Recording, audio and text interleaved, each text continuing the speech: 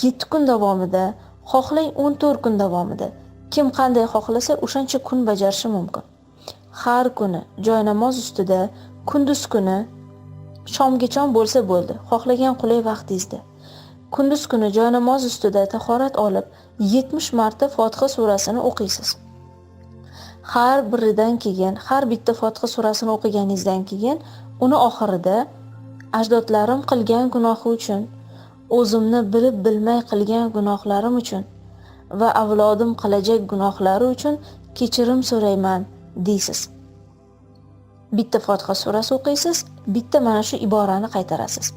Yana bitta Fotiha surasi o'qiysiz, yana qaytarasiz. Mana shunday 70 marta qilinadi.